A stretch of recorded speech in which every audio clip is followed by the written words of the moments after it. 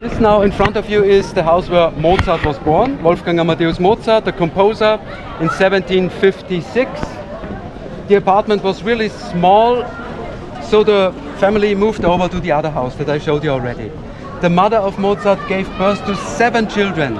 Only 2 of them survived childhood. Infant mortality was very high at that time in the 18th century. Only Mozart himself and his elder sister survived. The name of the elder sister was Maria Anna, and her nickname was Nannal. Also the sister of Mozart was very talented, very musical. She was also composing when she was a child, but it was the 18th century, she was a girl, that means her place was more or less in the background. Today there are music historians, I myself am not an expert, but there are music historians who say that probably the sister was as talented as her brother, but she was just less promoted at that time. Very well educated, very much encouraged was Mozart, the son, by his father. The father was already a professional musician, the vice head of the orchestra here in Salzburg, and also a famous violin teacher.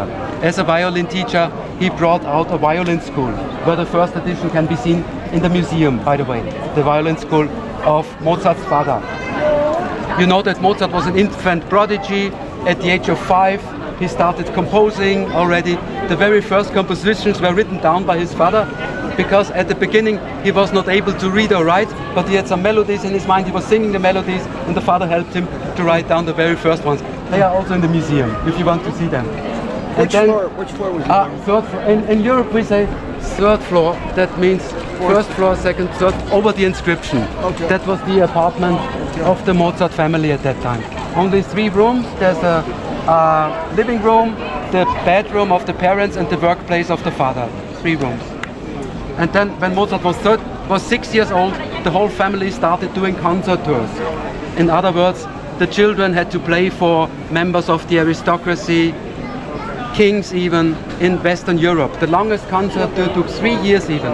You have to imagine, in horse coaches, 3 years on the road in the 18th century, to London.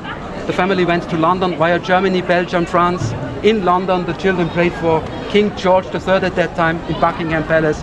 After 3 years on the road, the family came back into this house here. That was just one of many concert tours that the family made. Mozart was about approximately 1/3 of his life, he was on tour. Very much traveling, the family, but Mozart himself later on also. And then at the age of 13, Mozart was conducting already, he was concert master. He was not paid by the archbishop, by his employer, he had to work for free, very strange. And then later on, at the age of 25, Mozart left his employer, the archbishop. He hated him finally, he was very angry, he left him, and he established himself after that in Vienna. And there he spent the last 10 years of his life in Vienna, quite successfully. He composed much of his important music in Vienna, and you know that Mozart died very early, at the age of 35, and he's buried in Vienna, in the cemetery of St. Mark's, in the 3rd district. Mozart composed more than 600 works, symphonies, operas, concertos, in every possible form. Now, before we are leaving this place, here we are in the main street. The name of the main street is Getreidegasse. It has always been the most important commercial street. It existed already in the Roman period. That means 2000 years ago there was already a street here in the direction to Germany. Typical are the medieval houses, and in the past these houses were divided. In the Middle Ages, but still in the times of Mozart, it was the case, according to the people living in there. On the ground floor, usually there was a shop or a workshop or an enterprise. On the 1st floor lived the landlord, the house owner, who was very often a wealthy merchant or a wealthy master craftsman. On the 2nd and on the 3rd floor lived middle-class families, like the Mozart family was for Salzburg conditions at that time a middle-class family. They lived on the 3rd floor, and on the 4th and 5th floor usually lived the servants. And when you go inside such a house, the higher you go up, the lower get the ceilings and the smaller the windows also.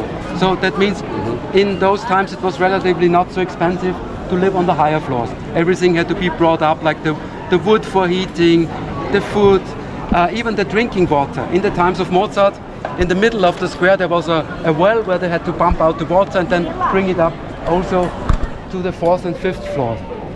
So in the period of Mozart, On the first floor lived the landlord, a house owner, who was a spice trader. His name was Hagenauer, Mr. Hagenauer, and this square is named after him, Hagenauerplatz. And Mr. Hagenauer not only was the landlord, he was also very much supporting the Mozart family. The Mozart family from time to time had financial problems, so Mr. Hagenauer was very nice. He helped them out, a very good friend. And he had his spice shop, he was a spice trader. He had his shop here where now the spa is. That was in the times of Mozart already a shop here, the shop of the landlord of the house. What is now typical for the street, the wrought iron signs over the portals. The more beautiful ones are at the end of the street. In the Middle Ages, common people were not able to read or write, so they helped themselves by signs. There's a key for a locksmith, a shoe for a shoemaker, and so on. They are at the end of the street, they are the older ones. What is also, after this walking tour, you have your free time, you can see them. What is also typical are the passageways. The passageways, they go through the old medieval houses on the left side, but also on the right side. Now we go through one of them and we get out on the other side on University Square, Universitätsplatz, University Square. This is the Mozart home, Mozart house, where Mozart was born from behind. Okay? Look at how nice is it? Really nice. Look at that.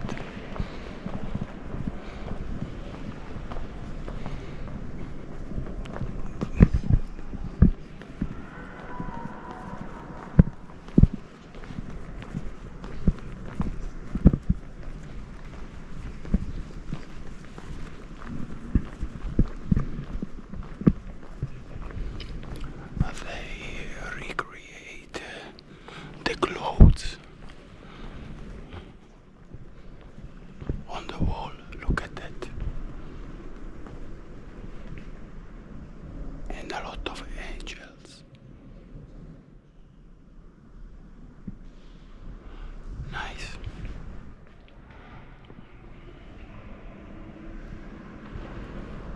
Of Mozart.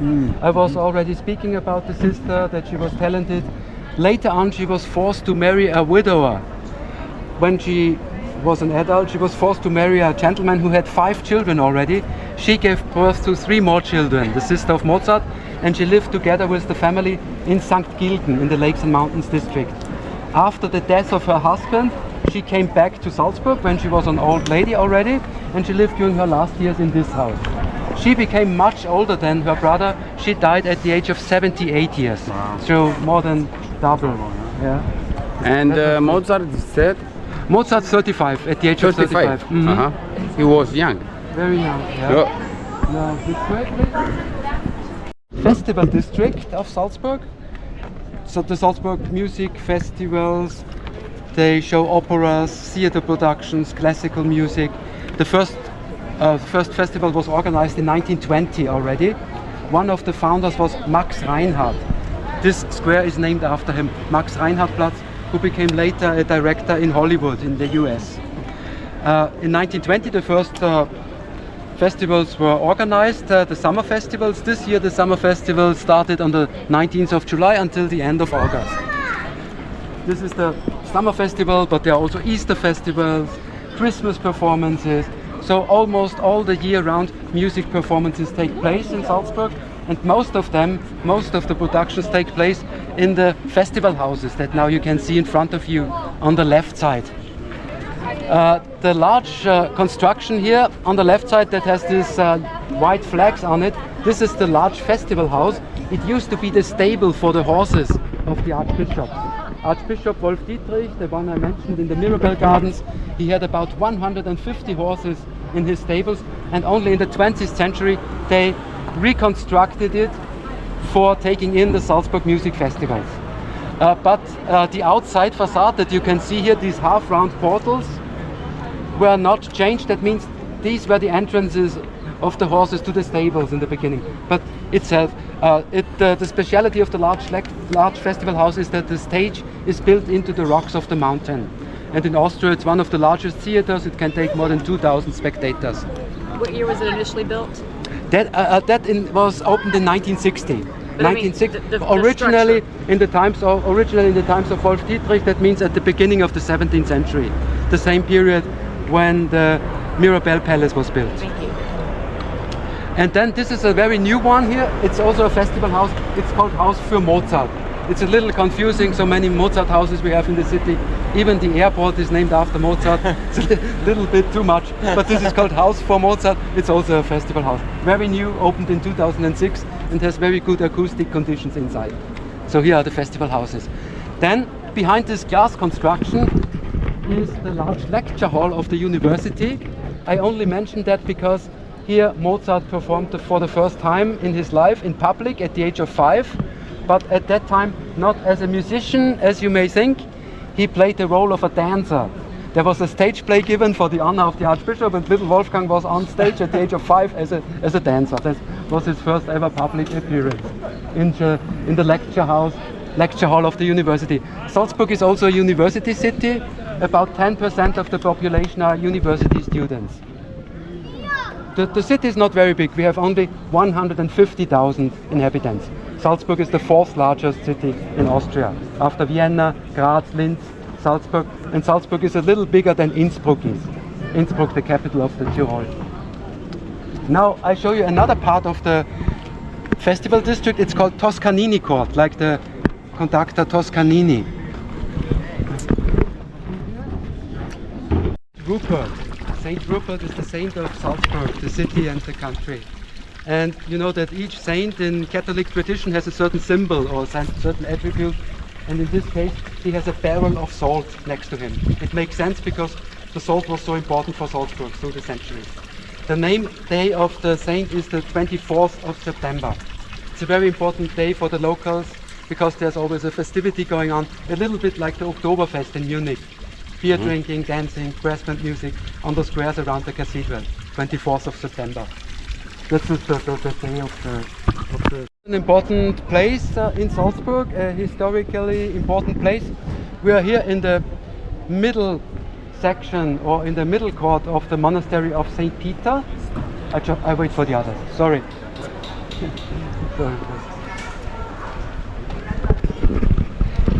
This is the middle court of St. Peter. You see, again, over the entrance, there's another statue of St. Rupert, the one I mentioned already. St. Rupert was the first bishop in Salzburg and the one who founded the monastery of St. Peter already at the end of the 7th century.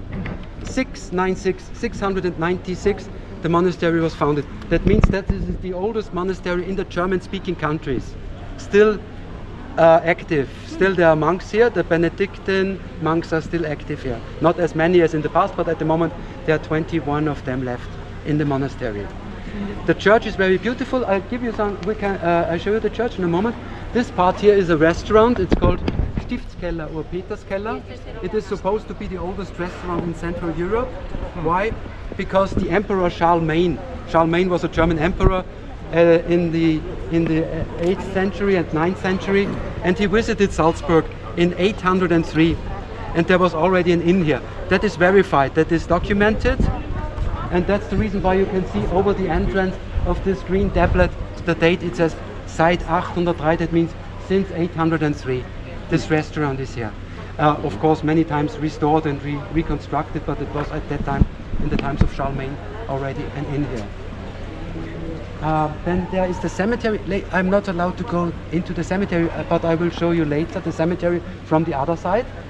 And now I suggest to see the church.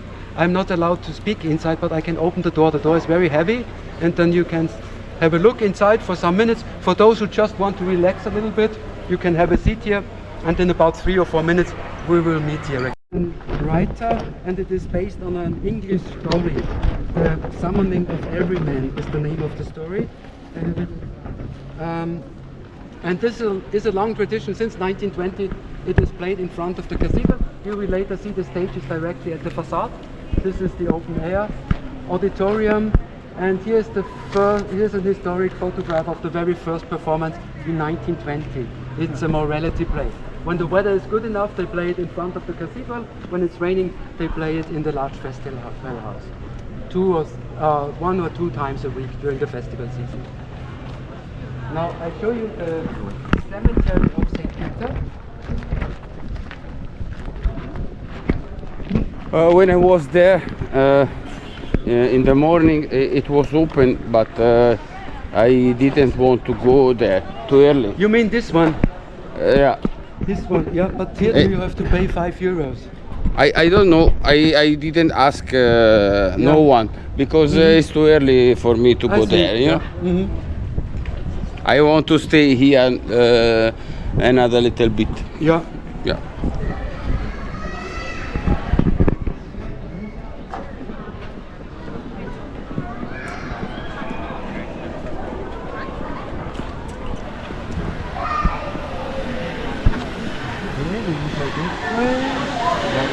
This one. No, over there. Yeah, over there. I was over there. Ah, yeah. It For the was convent. open. It was open. I see.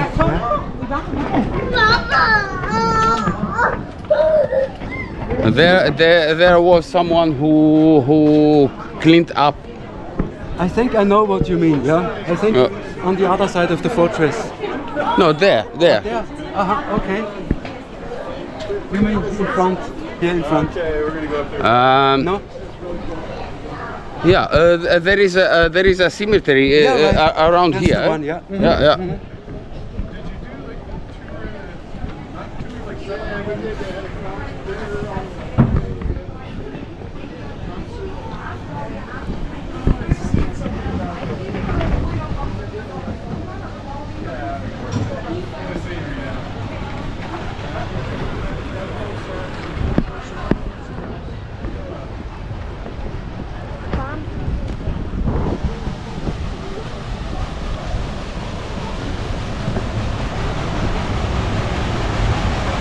Catacombs.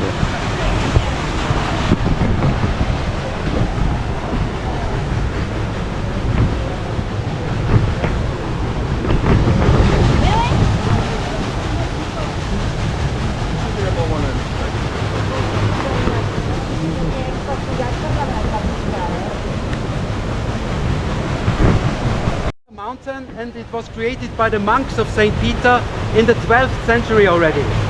The water is coming out here. The water comes from the Königssee, from the King's Lake, from Germany. First on the outside, over the earth, and the last 400 meters go through the mountain. And that water was used for the enterprises, for the shops, for the workshops. Still today there are some subterranean branches of this channel. They are still in function and they flow into the river Salzburg. But in the past it was very important. The water wheel was used for producing the flour of the bakery, because this is the bakery of the monastery. It's already closed, but on the other days it's open. Today the water wheel produces the electricity of the bakery via a generator, still in function. And here you can see the line of the track of the funicular. That is the train that goes up to the fortress. Now we go some more steps to the left side, please.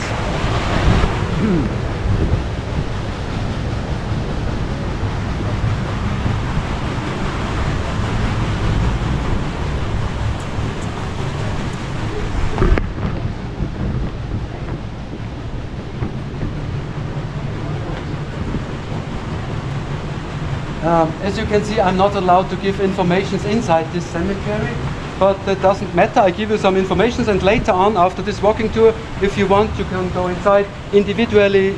It's okay. You can also take pictures, but not as a group. The essential thing you can see already from here, from outside, you see in front of you some windows in the walls next to the rocks. These are the windows of the so-called catacombs of Salzburg. You know that usually catacombs you find in Italy, subterranean graves of the early Christians. Here they have a different meaning, the catacombs. They were originally habitations of monks carved out of the rocks of the mountain. In other words, hermits, monks lived in caves inside there, behind the windows, in the Middle Ages. The historians are not really sure when it was, probably also in the 12th century.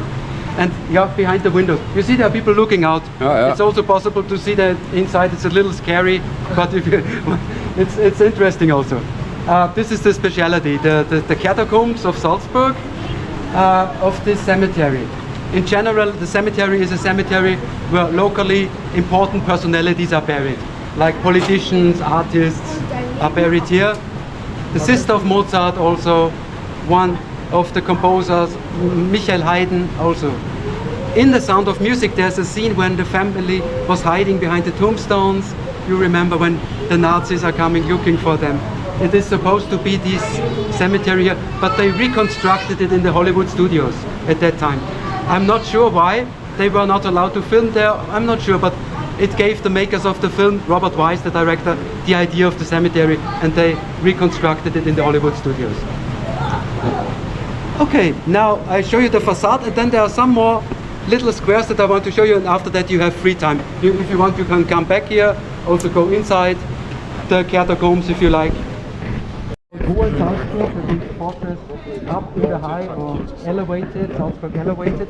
It's the largest fortress in Central Europe. It covers an area of more than 30,000 square meters. And they started the construction of the fortress in the 11th century already. At the very beginning it was just a wooden tower, a simple wooden tower that was replaced by a stone building, and after that, through the centuries, successively the fortress became larger and more defensive. So it was not made after a certain plan, but it developed constantly, the fortress. There are museums now inside, like historic weapons, music instruments are exhibited. A marionette museum is also there. You could even spend 2 hours on the fortress if you want to see the museums. And then there are good places for the panorama on this bastion, for instance, over the city to the north, on the other side over the Bavarian mountains to the sea, to the south. Then there's the funicular, the train that goes up there. It takes only 54 seconds to go up there by funicular, but it is, of course, it's also possible to go on foot. That takes about 20 to 30 minutes to go up there on foot. We're gonna get the tickets. You see this lane here in front. That at the end of the lane is the entrance for the funicular. We can get the tickets You for get the the ticket. entrance to the fortress, Right, and as well as for the funicular. There's one ticket that covers everything. That is I think today there's not even a queue here because there are not many people at the moment here. Then this white building is the palace of the actual archbishop. Still Salzburg has an archbishop, but of course he doesn't have any political functions like it was in the past. But he's residing here in this white building on the left side in front. Now I show you the facade of the cathedral.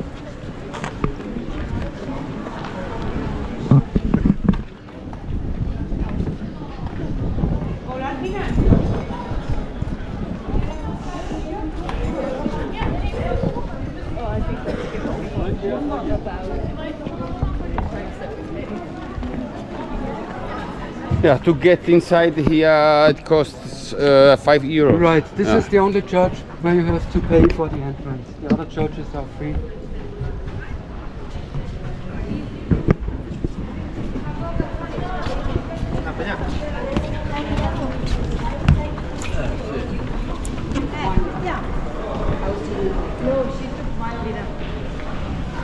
You can see a little bit already from here from outside. Yeah. Yeah. You can see something, yeah. Yeah, you can see something. I have some photographs. So this is now the cathedral, the main church. This is the only church where there is to pay an entrance fee, €5. If you want to see that, you can go inside. For those who don't want to go inside, I can show you at least some photographs. It's very beautiful. A little bit you can see from outside already here. The cathedral has 5 organs even. The large organ is above us that has more than 4,000 pipes. And Mozart, he was also the responsible organist in the cathedral. You can see frescoes, wall paintings, stucco decoration. It's a typical Baroque style church. One important thing is the baptismal font inside the cathedral in the first of the side chapels. Important personalities were baptized here. The most important, of course, for Mozart was for Salzburg was Mozart. Mozart was baptized 1 day after his birth already, under the names of Johannes Chrysostomus Wolfgangus Theophilus. Those were his full names, but Mozart used only 2 of them. Wolfgang Amadeus, or in France, Wolfgang Amadee. Also the sister of Mozart was baptized here. The parents of Mozart got married in this church, and Mozart composed most of his church music, like masses, oratories, for this cathedral. I'm almost sure that you also know the famous Christmas carol, Silent Night, Holy Night. In German, Stille Nacht, Heilige Nacht, Silent Night, Holy Night. This is a Christmas carol that was composed by a teacher from Salzburg, and the one who wrote the lyrics of this song. Joseph Mohr was his name. He was also baptized here. Joseph Mohr was a child from a very, very poor Salzburg family, and his godfather was the executioner at that time. That's not a joke, because the family didn't have a very good reputation. Only the executioner wanted to be the godfather of that little child. But that was a long time ago. That was at the end of the 18th century. After that, the lyrics were translated into many languages. Stille Nacht, Heilige Nacht, Silent Night, Holy Night. Okay, now there's Residenz Square and Alter Markt that I want to show you now. On all the squares around the cathedral, there's in wintertime, in December, every year the Christmas market, the Salzburg Christmas market going on. Then here you have the palaces of the former archbishops. In front of you is one of them. Behind you is another one of them. So by the palaces you can see how powerful they were in the past, the archbishops. Here the staterooms can be visited on the 3rd floor. It's a museum, and on the 4th floor there's a picture gallery. And in the middle of the Residenz Square there's a fountain in Italian Baroque style. In The Sound of Music there's a scene when Maria is running to the horses, singing "I Have Confidence." She was splashing water to the horses. That is here. And in the distance there's a huge statue of Mozart. A very idealized, flattering statue of Mozart. If you get closer to it, you will see that Mozart has in his hands a pencil. The statue was created much after his death in the 19th century. It was the widow of Mozart who wanted to have a statue of a former husband, and it was created in 1842. Mozart had died 50 years before that already. And the sculptor made a little mistake, because Mozart is holding in his hand a pencil, but the pencils did not yet exist in Mozart's time. Mozart used quills for composing, but the statue was created much after his death. That is the thing. And very idealized statue of Mozart. Okay, now we continue this way, please.